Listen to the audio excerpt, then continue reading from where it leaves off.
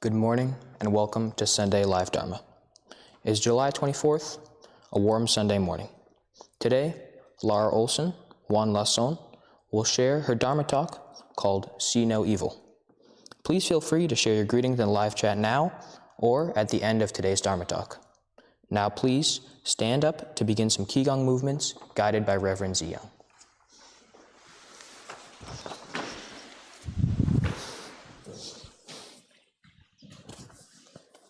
Good morning, friends. So let's start with some Qi Gong movements, warming up movements first. Spread your feet shoulder width apart and then loosen up your ankle in one direction and the other direction. The other side.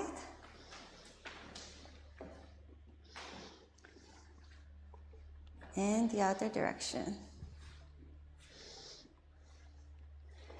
Now, massage your knees.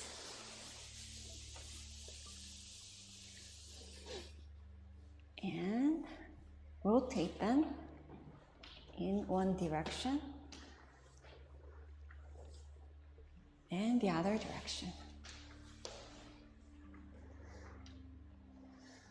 Now, hands on your waist and deeply breathing in and out, slowly. Draw circles. Deeply breathing in and out, fully stretching your lower back, your sides, drawing bigger circles. The other direction.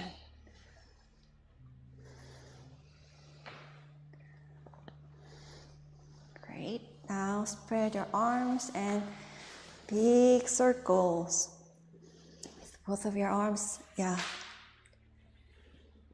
fully opening up your chest, deeply breathing in and out. Breathing in and out. Breathing in and out. The other direction. Deeply breathing in and out. This time fully stretching the back of your neck and shoulders. Breathing in, breathing out. Opening up your back. Breathing in, breathing out. One more time. Breathing in and out. Now, using your knees, bounce up and down and shake off all the tension left in your body. Yes. Breathe in deeply, breathing out, and shake off all the tension. Leaning to one side, the other side. Great. Swinging your arms left and right. Okay. One of my favorite Tai Chi 10-form movements. Your feet shoulder-width apart and your knees are slightly bent. And breathing in, bring your arms up. Breathing in. Breathing out, drop your shoulders. Drop your elbows. And then your hands. Press down. And bend your knees even more when you're breathing out. Breathing in, up. Breathing out. Press down. Breathing in. Your arms are like feathers, light. Breathing out, heavy shoulders, elbows, and hands. Couple of more times, breathing in. Breathing out. Drop your shoulders, elbows, and your hands, fully relaxed. Breathing in, light, like feathers. Breathing out, heavy elbows and hands. One more time, breathing in, breathing out. One more movement, turning to one side, breathing in and scoop the energy with one hand and fold your arm and then push forward. While at the same time, you pull the other hand to your side and scoop the energy, fold, and then push forward.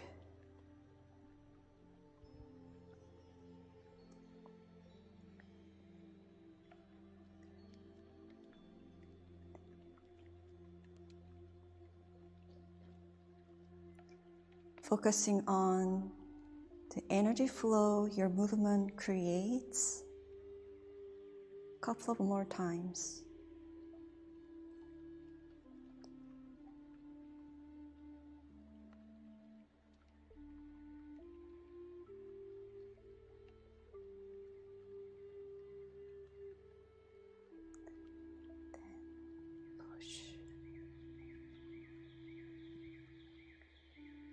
Thank you. Now, please join us for the 4 bows to the Dharmakaya Buddha Fourfold Grace.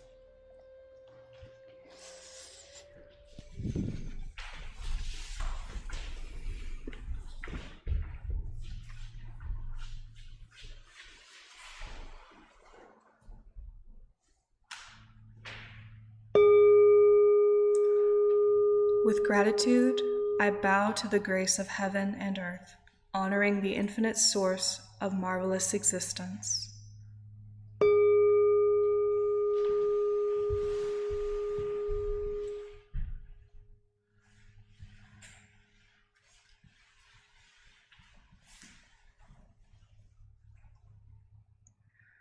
With gratitude, I bow to the grace of parents, ancestors, and everyone who has given me life and nurtured me.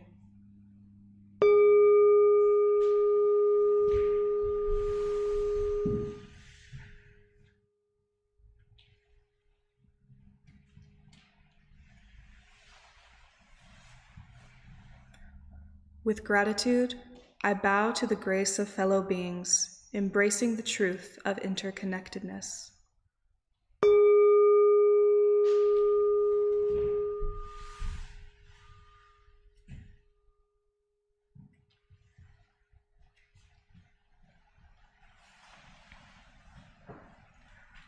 With gratitude, I bow to the grace of laws, which guide us to develop justice and freedom through Dharma and universal principles.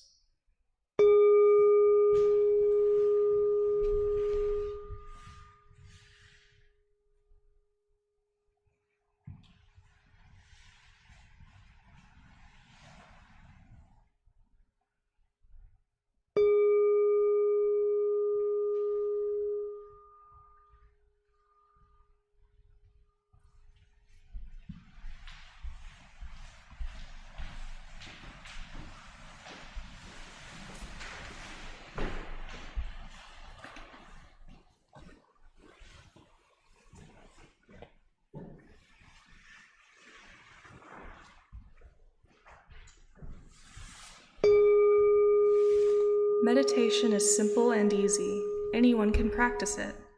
Please take time to find your most comfortable position on the floor or in a chair. Now, wiggle to release any tension in your body. Rock front to back or side to side like the pendulum of a grandfather clock until you find the point of perfect balance. Breathe in. Grab all your tension. Breathe out.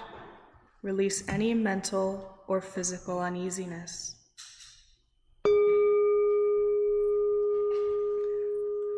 Relax your whole body.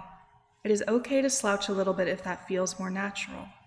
Just remember to let your mind's eye focus on belly breathing. Breathe and listen to your body.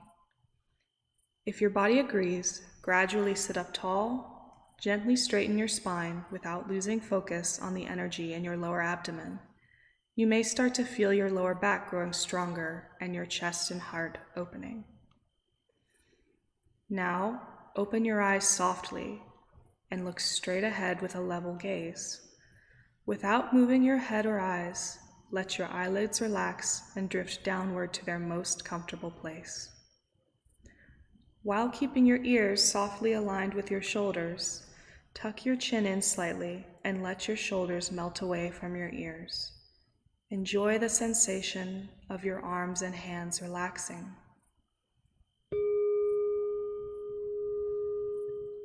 Now, bring your awareness to your tongue. Place the tip of your tongue on the roof of your mouth. While your tongue is relaxed on your palate, pure and clear saliva may gather in the mouth. This is a delightful sign of cool energy ascending. Smile at your calm and clear spirit.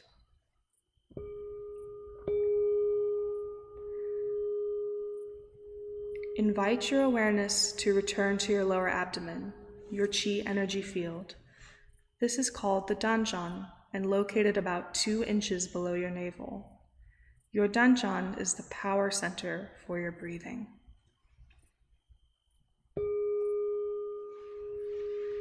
Scan your entire body to see if there is any tension, especially in your face and head, neck, and shoulders. If your face or body begins to itch, simply note the itching and let it pass.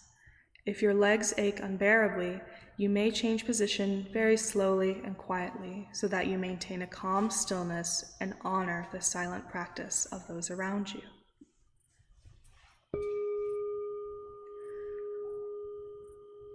When thoughts arise in your mind, do not be disturbed by them. Do not react to your thoughts or pursue them. Recognize that they are just thoughts. They will disappear by themselves. Continue to bring your awareness back to your Danjan abiding breath.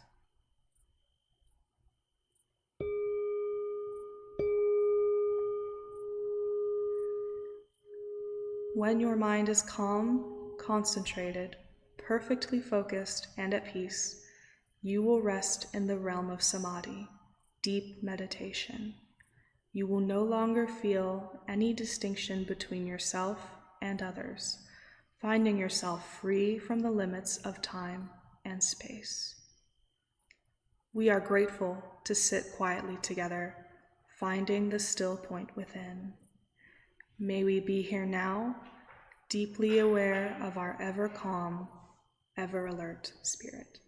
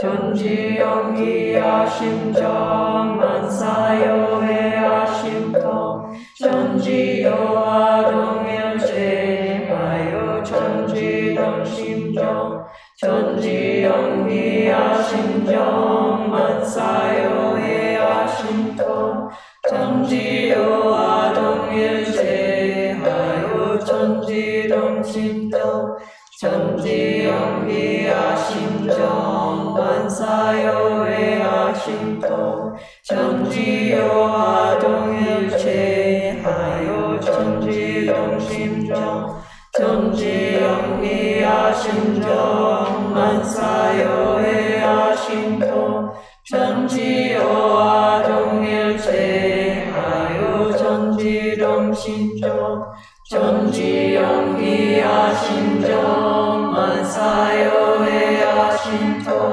전지여와 동일체하여 전지동 심정 전지연기야 심정 만사여회야 심통 전지여와 동일체하여 전지동 심정 전지연기야 심정 만사여회야 심통 전지여와 동일체하여 전지동 심정 전지연기야 심정 만사여회야 심통 전지여와 동일체하여 전지동 심정 전지연기야 심정 만사여회야 심통 전지여와 동일체하여 전지동 심정 전지연기야 심정 만사여회야 심통 전지여와 동일체하여 전지동 심정 전지연기야 심정 만사여회야 심통 전지여와 동일체하여 전지동 심정 전지연기야 심정 만사여회야 심통 전지여와 동일체하여 전지동 심정.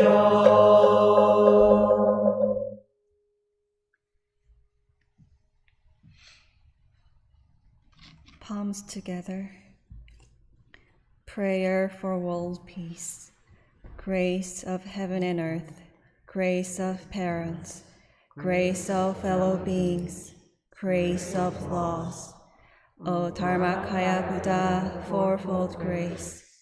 May we take refuge in Dharma and be filled with compassion and wisdom. May we transform delusion into wisdom, greed into generosity, resentment into gratitude, discord into harmony, and hatred into compassion. May all nations grow and benefit mutually. May the strong help the weak, and may the weak learn and evolve according to Dharma. May all those who have died from world conflicts and disasters be delivered through all obstacles and be at rest. May there be peace throughout the world, and may all beings enjoy tranquility and happiness, living in their original true nature. This we pray with our whole hearts.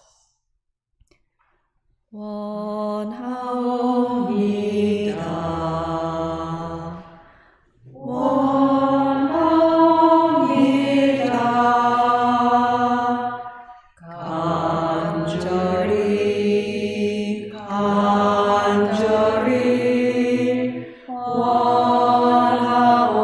원하옵니다. 내 손길 닿는 곳 내 발길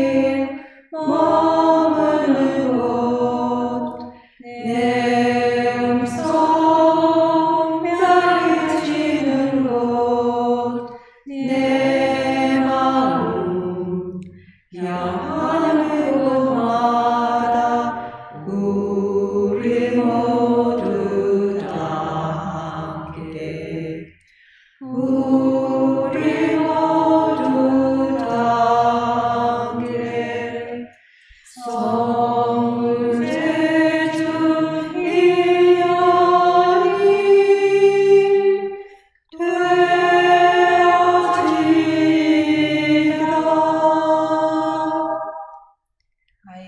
and pray, sincerely and truly, where my hands touch the world, where my feet walk on the earth, where my voice echoes through the hills, and in all realms where my heart and mind reach, that we all together share the true affinity for attaining great enlightenment and for helping all living beings.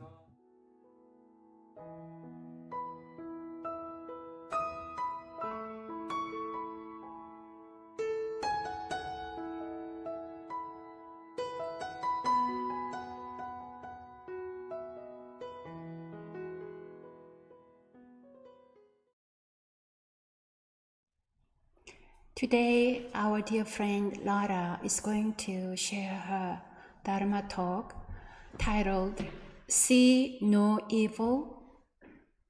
Let us practice deep listening. Please welcome Lara.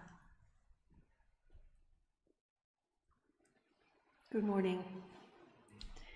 The title of my talk actually is a question, See No Evil?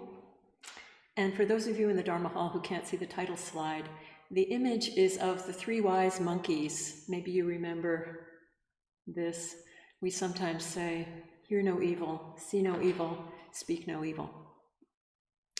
So the title refers to some questions this morning. What is evil?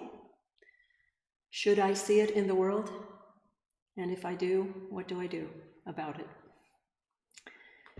6 months ago, the day after Ukraine was invaded by Russia, I was speaking with an acquaintance. This person was troubled by the event, as I was, but for reasons that surprised me.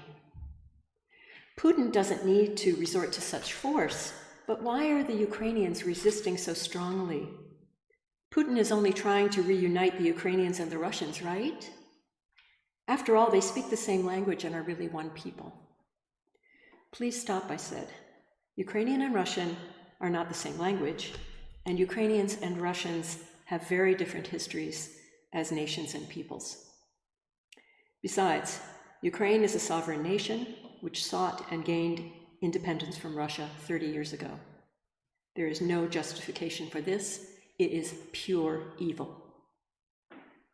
The moment the word evil left my mouth, I was struck by the awareness that I rarely use it in my speech. It's one of those words like hate that I consciously try to avoid, as in meaningless phrases like, I hate pineapple on pizza. These words lose their meaning and are devalued in this kind of mindless speech. But as I thought of what I had just said, I knew that the words pure evil truly expressed what I felt. As time and the war have progressed, my feeling hasn't changed. I have to admit that my mind was already in a shadowy place long before the invasion of Ukraine. The election of 2016, the rise of rabid right-wing ideologies, the killing of George Floyd and so many others, the January 6th attack on the Capitol, and the craven politicians who refused to pass meaningful gun control legislation, all this has taken its toll on my spirit. And certainly I was already aware that there are many other places in the world where conflict and war are having a similar impact as in Ukraine, and I am not without compassion for the millions affected. But I happen to have a circle of Ukrainian friends and acquaintances, and their suffering is constantly before me. As my mind cycled endlessly through this list, I asked myself if all of these were manifestations of evil. What exactly is evil? Does Buddhism offer a view of evil that is different from a Western Judeo-Christian perspective? And once we understand it, what do we do with that understanding? Before addressing these questions, I should say something about my practice in a time of anger, helplessness, and, honestly, despair. Some of you may wonder why my practice hasn't relieved these feelings and why I can't find a place of equanimity. Meditation and other mindfulness practice does offer relief, but even this has become a source of doubt and confusion for me. I feel guilt that I should be finding any sort of respite from suffering when so many others cannot. Any sense of mental clarity seems only an intellectual exercise with no connection to truly existential suffering. And I return again and again to my questions about the nature of evil. So fair warning, we're about to take a deep dive into the concept of evil. And one more caveat. I don't think that I can wrap up everything you will hear today in a neat Dharma package. But if some of you are struggling as I am, at least we can acknowledge our distress and try to understand it. I was raised a Christian and began my acquaintance with the notion of evil early on. The first Bible passages I can recall learning were those dealing with creation, and specifically the creation of Adam and Eve. Most of us, Christian or not, know the story of the Garden of Eden and God's warning to Adam and Eve to not eat the fruit of the tree of the knowledge of good and evil. Even as a child, I thought this was an elaborate setup, the whole thing calculated to test Adam and Eve's complete obedience to God. Wouldn't that have been better demonstrated if Adam and Eve gained perfect knowledge like God and still chose to obey? But I was taught that the true original sin committed by Adam and Eve lay in their newfound capacity to judge for themselves what was good and bad. This separated them from God and became the source of humankind's misery. Free choice, aka free will, that bugaboo of the human condition, the boon of the gods that gives with one hand while it takes with the other. We have the capacity for judgment and the autonomy to act upon it, but in so doing, we create suffering by separating ourselves from God, in Christian terms, and from our original true nature, in Buddhist thought. Free will, it seems, is the nexus between Christian and Buddhist experience, the root cause of suffering. Christians have sought to justify the suffering that God allows in the world by seeing it as a means of spiritual development. In other words, suffering exists so that human souls might grow and develop. The pain of suffering is not ultimately evil but good, since it is being used to perfect our souls. Buddhists share a similar view. We embrace the principle of grace from harm and believe that it is possible to deliver all sentient beings. Whether from a Christian or Buddhist perspective, it seems that humankind should be showing evidence of developing toward a more enlightened state, if not complete perfection. In my mind, at least, this is far from so. And neither perspective addresses the issue of the sheer amount and intensity of suffering and evil in the world. Any spiritual gains humankind might make through suffering seems to me vastly outweighed by the overwhelming scope and horror of that suffering. What do Buddhists believe about the nature of evil? Unlike Christianity, there is no external absolute force of evil at work in the world. The Buddha reversed this notion of evil by his awakening to the truth that all things are created in our minds. Our concepts, our ideas about our concepts, the judgments that grow out of those ideas, and ultimately the reality that we create for ourselves from actions based on those judgments. In Buddhism, evil resides in evil actions, and those actions grow out of and include our delusional thinking, our need to protect our sense of self through the actions of our ego, and the profound separation from others that results. What does this explain about those who commit evil acts in the world? Paradoxically, these individuals are sometimes motivated by wanting to rid the world of evil. This is what comes of seeing evil as an external force, as the attribute of others. Hitler saw the Jews as evil and set out to make the world pure for Aryans by exterminating those who had contaminated it. Putin claims that the Ukrainian government is controlled by neo-Nazis, and so justifies his invasion to liberate the Ukrainian people. In Won Buddhism, one of the cornerstones of Sotaesan's teaching is the truth of cause and effect. Since Buddhism sees evil as the result of our own actions and not the machinations of some external force, we must accept that certain kinds of actions produce evil and that we live with the consequences. In other words, we create karma. We all know which kinds of actions produce good results. Actions that take the opposite path of conduct we recognize as bad or evil. Let me borrow language from the Tibetan Buddhist teacher Qi Gong, who writes in his book, The Truth of Suffering, that unmeritorious or bad karma arises from fundamental aggression. Fundamental aggression. This takes 10 forms divided into the categories of body, mind, and speech. The 10 forms of unmeritorious or bad karma are those of the body, taking life, stealing, and sexual misconduct. Those of speech, telling lies, intrigue, negative words, and gossip. Those of the mind, envy, hoping to create harm, disbelieving in sacredness. Can you see how these unmeritorious acts contain the seed of fundamental aggression? I think this is most obvious in the categories of body and speech, where the actions are carried out against others and directly harm others. The category of mind contains the 3 elements that we often refer to as the 3 poisons: greed, hatred, delusion. Here, the notion of aggression is a little less obvious, a little more indirect.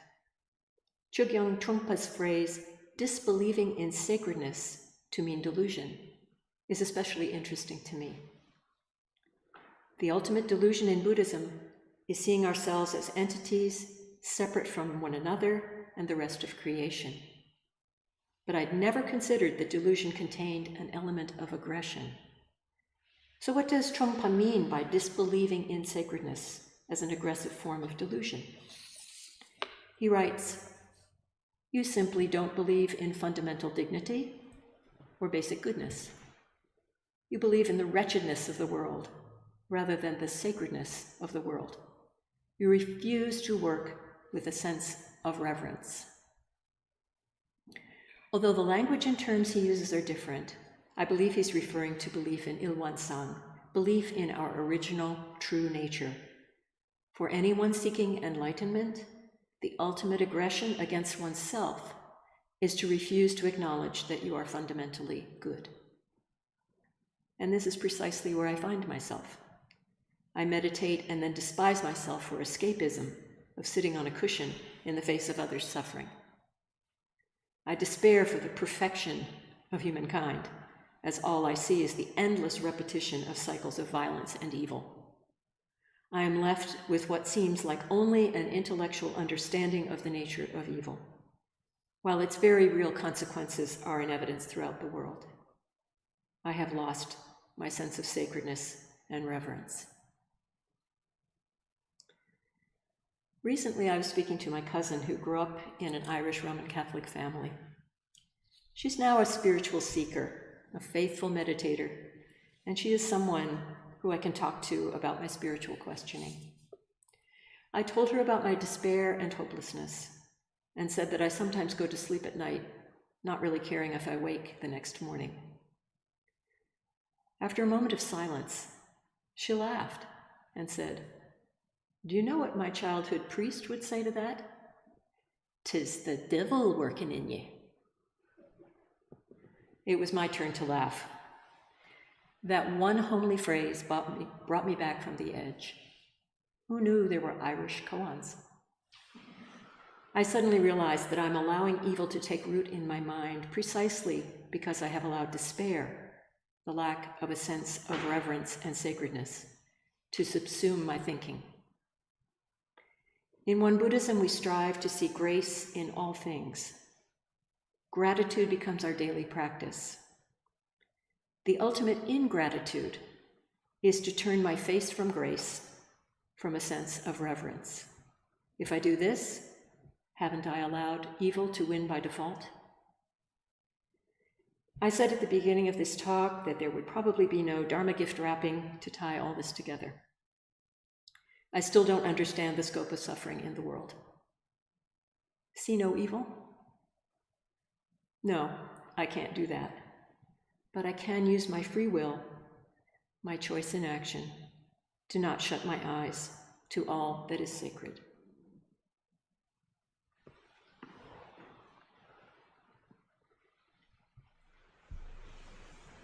Thank you, Lara, for your heartfelt and timely message. I know you have been contemplating this topic for a long time.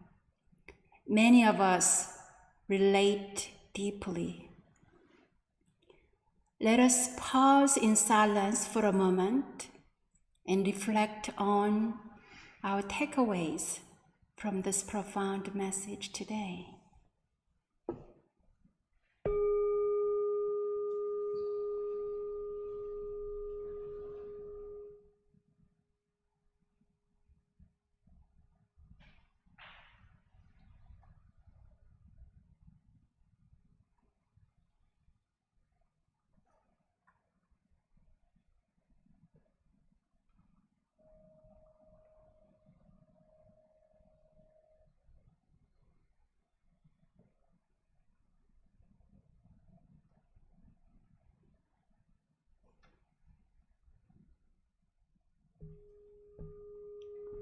Please share your thoughts and takeaways in the live chat, especially friends joining us from home. Now, friends here in the Dharma Hall, please pair up with your friends next to you and then share your reflections.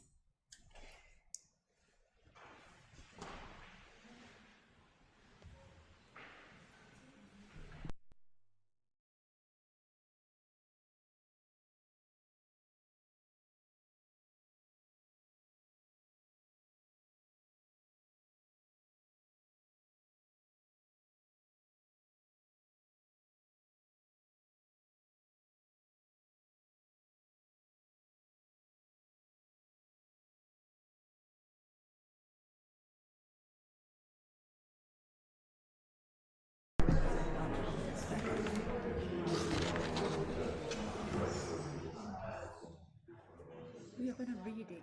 I'm going to read out that I have to do the guide at the beginning. So,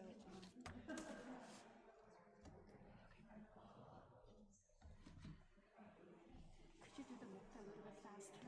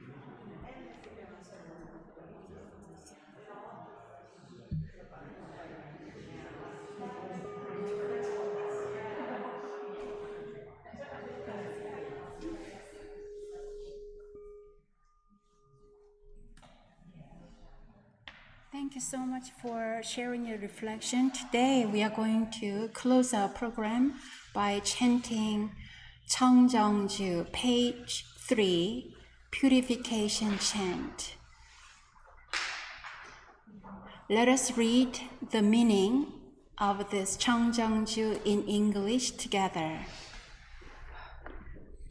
May you, page 3, 청정주.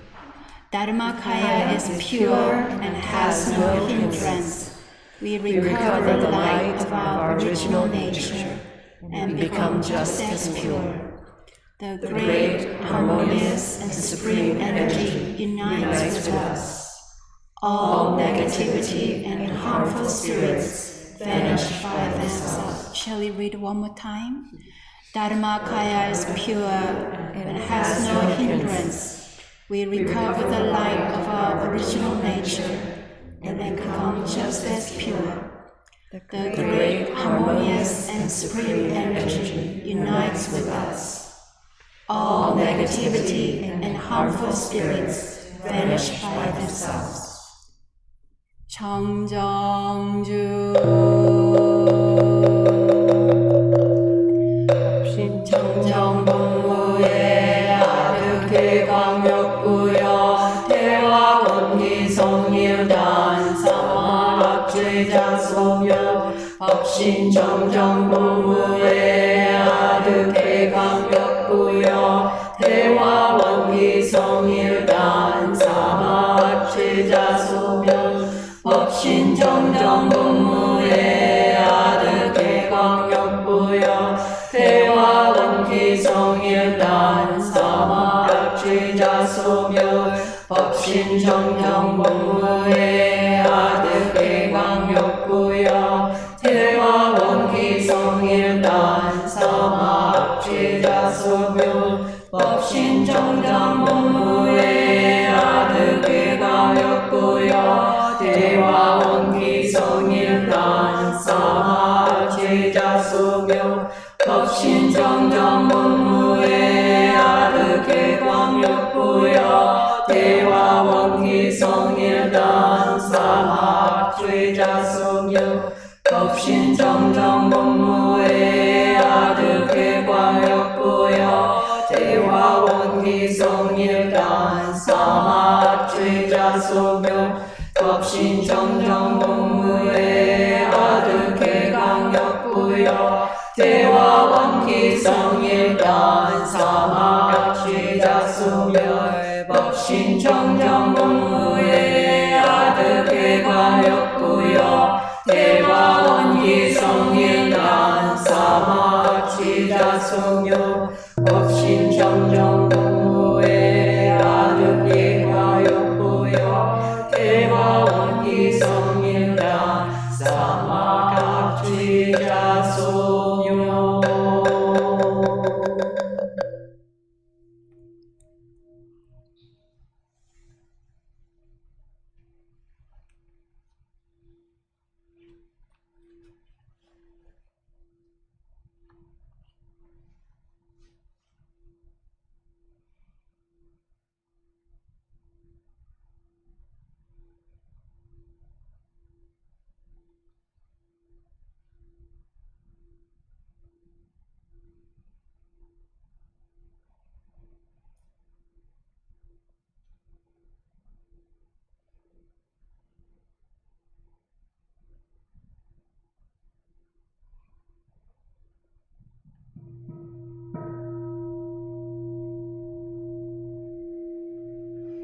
Thank you all for joining us.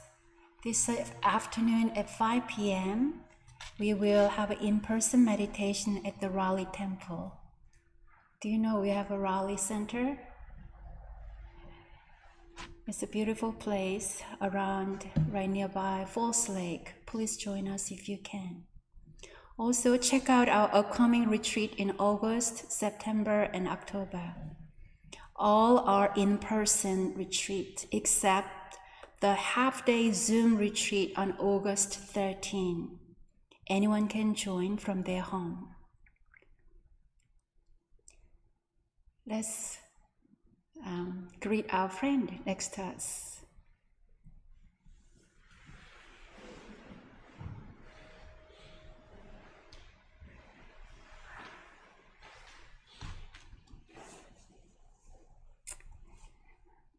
Well, another day, another Dharma. We look forward to practicing with you next Sunday. Now, our friends who are here in person gathering will wave to our friends who are joining from our online community. Please wave, looking at this, this Mr. Sony, we call Mr. Sony, wave. 감사합니다.